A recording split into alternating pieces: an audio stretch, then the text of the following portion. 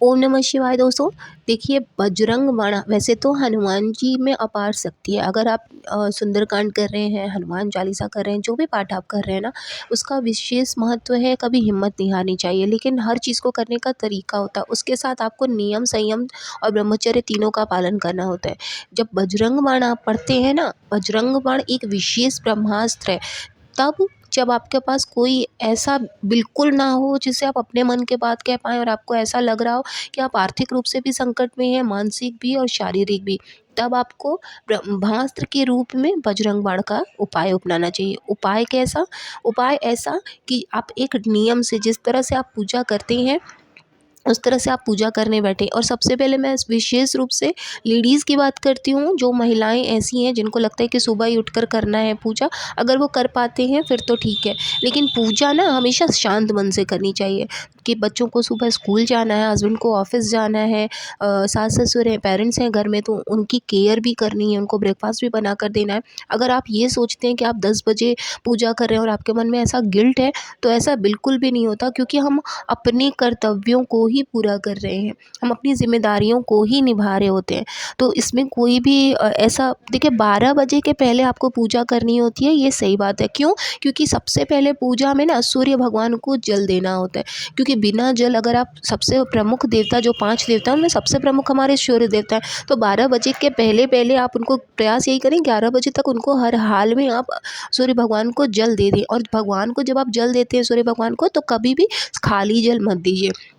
फूल डालिए, उसमें थोड़ा सा मीठा ज़रूर डालिए, अक्षत डालना चाहें अक्षत डालिए, और फिर तब जल उनको समर्पित करिए। क्योंकि खाली जल तो हम अपने मेहमानों को भी नहीं देते हैं ना, तो वो भगवान है। तो भगवान के लिए आप क्या करेंगे, उनको थोड़ा सा उसमें गुड़ डाल दीजिए, नहीं तो मिश्री खरीद के रख लीजिए, मिश्री डाल दीजिए। और अगर आप प्रयास करेंगे कि जैसे आप जो भगवान के आप जल दे रहे हैं, उसका पानी अगर गमले में गिरेगा, तो उसकी सारी एनर्जी ना आपके उस पेड़ में आएगी, और आपका घर में हरियाली तो रहेगी, और उसका जो है एनर्जी जो होती है, जो हम भगवान को जल चढ़ा रहे होते हैं, वो हमारे घर में भी विद्यमान रह जाती है। ठीक है।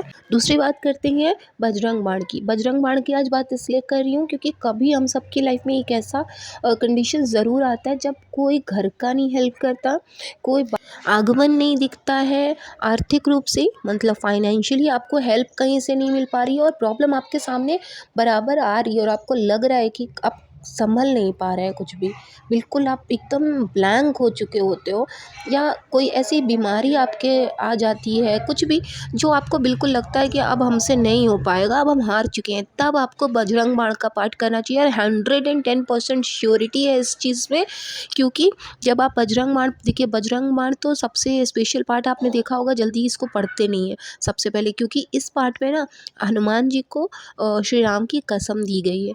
तो अगर आप लीगल, नैतिक रूप से जो भी चीज़ चाहते हैं, अगर वो सही है और ऐसा है उसमें कि ये चीज़ें बन पाएंगी, कहते हैं ना पत्थर पे फूल खिल जाता है, तो खिलने लायक अगर होगा तो ज़रूर खिलेगा। बस आपको एक नियम बनाना है कि आप अपने कर्तव्यों को, पहले घर के प्रति जितनी जिम्मेदारी है उनको पूरा कर लीजिए। उसके बाद हनुमान जी की पूजा करनी होती है। उसमें हनुमान जी की पूजा करने में आप सभी को पता है कि जितना आप भगवान श्री राम का ध्यान करेंगे, उतना ही आपको फ़ायदा होगा। तो सबसे पहले आपको गणेश जी की पूजा करनी होती है, फिर श्री राम दरबार की पूजा करनी होती है, उसके बाद फिर आपको हनुमान जी की पूजा करनी होती है। हनुमान जी की पूजा करने के लिए भी आपको बहुत ज़्यादा आडंबर करने की ज़रूरत नहीं है। आप एक तांबे में हमेशा, आप पूजा घर में अपने जल तो चढ़ाते हैं भगवान को, उसी जल को आप रखिएगा। जो प्रसाद है आपको, मैं ये भी नहीं कह रही आप लड्डू ही चढ़ाओ, गुड़ भी चढ़ा सकते हो आप, कोई ज़रूरी नहीं है, भाव आपका सच्चा होना चाहिए। ठीक है। तो आप जो भी प्रसाद आप चढ़ा दो एक थोड़ा सा, उसके बाद आप नियम से बैठ जाइए पाठ करने के लिए।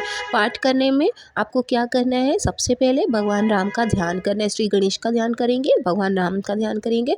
उसके बाद आपको बजरंग बाण पढ़ना है, हनुमान चालीसा पढ़नी है, हनुमान जी की आरती करनी है, विष्णु जी की आरती करनी है, राम जी का स्तुति पाठ जो है वो करना है।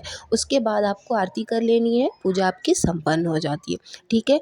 अगर आप किसी निमित्त, जैसे आप बहुत बड़ी प्रॉब्लम में फंस गए, जैसा मैंने आपसे जिक्र किया, अगर आप बहुत बड़ी प्रॉब्लम में फंसे हैं, आपको लग रहा है आपके घर वाले नहीं हेल्प कर रहे, इवन आपको और मोरल डाउन आपका हो रहा है, आपको लग रहा है आप एकदम अकेले पड़ चुके हैं और आपको ही सब कुछ संभालना है, तो आपको वहाँ पर हनुमान जी का आशीर्वाद ज़रूर मिलेगा, ऐसा मेरा मानना है। आपको क्या करना है, मंगलवार के दिन से आप शुरू करिए बजरंग बाण का पाठ करना। 7 दिन तक लगातार आप पाठ पढ़िए।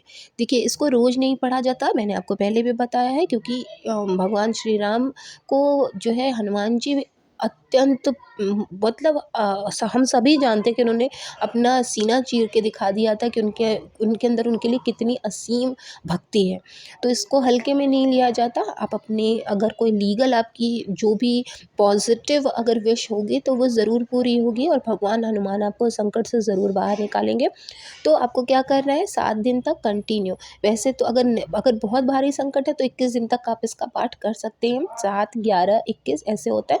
लेकिन मेरा मानना यही है कि आप सिर्फ 7 दिन करके देखिएगा, आपको अपनी जो भी आपके सर्कमस्टांसेस हैं, जो भी आपकी कंडीशन है, आपको इम्प्रूव दिखेगी, ऐसा मेरा मानना है। क्योंकि हम लोग भी जब भी हर किसी की लाइफ में अप्स एंड डाउन्स आते हैं, तो मेरे संग भी जब भी कभी ऐसी सिचुएशन होती है, मेरा सहारा बस एक ही हो जाता है कि मुझे हनुमान जी की शरण में जाना ही जाना होता है। तो वो जो है वो ज़रूर आपके ऊपर अपनी कृपा बरसाते हैं और आप इसको करके ज़रूर देखिएगा। और देखिए, ये चीज़ें ऐसी होती हैं, जब भी आप करें ना, आप ये मत बताइए किसी को। जब आप कुछ ऐसी स्पेशल पूजा उसके बाद करते हैं जो आपको लग रहा है सबको कि आप, प्रणाम कर जैसे आप लेंगे। आप अपने अपने घर प्रॉब्लम्स किसी मंदिर को नहीं में बता जो है सकते, सबको वैसे आप प्रणाम अपनी करेंगे। पूजा अपने भी घर में किसी से अगर शेयर बुजुर्ग नहीं हैं, किया बड़े करें कि लोग आपने हैं, ये तो किया उनको आज। भी तो प्रणाम जब करिए। आप बता आरती देते जो हो आप ना, तो वो जलाएँगे उसको आपका पूरे घर तुरंत में घुमाएँगे तो घर होता है में ना, नज़र में पॉजिटिव आना एनर्जी किसी के, वो आएगी। नज़र आ जिसको जाता है। आपको मत आप जो नहीं करेंगे कंडीशन ऐसा। चल आपने रही है पूजा आपकी, की, जो आप नॉर्मल किसी से पूजा नहीं की, कह आपने पा रहे हैं, ध्यान उससे किया, आपको आपने लड़ने में प्रार्थना की, ताकत आपने मिलेगी। अपनी अर्जी सबसे लगा दी। पहले तो ये हो जाएगा।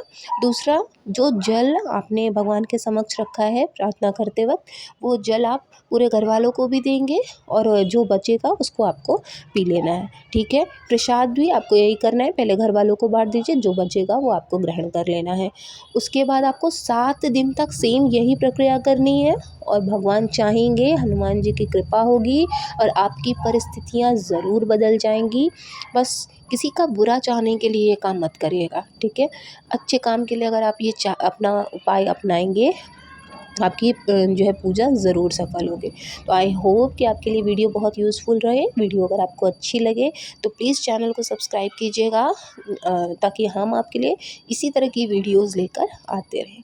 मिलते हैं नेक्स्ट वीडियो में। आप सभी के ऊपर श्री राम और भगवान शिव की कृपा बनी रहे। ओम नमः शिवाय। जय माता दी।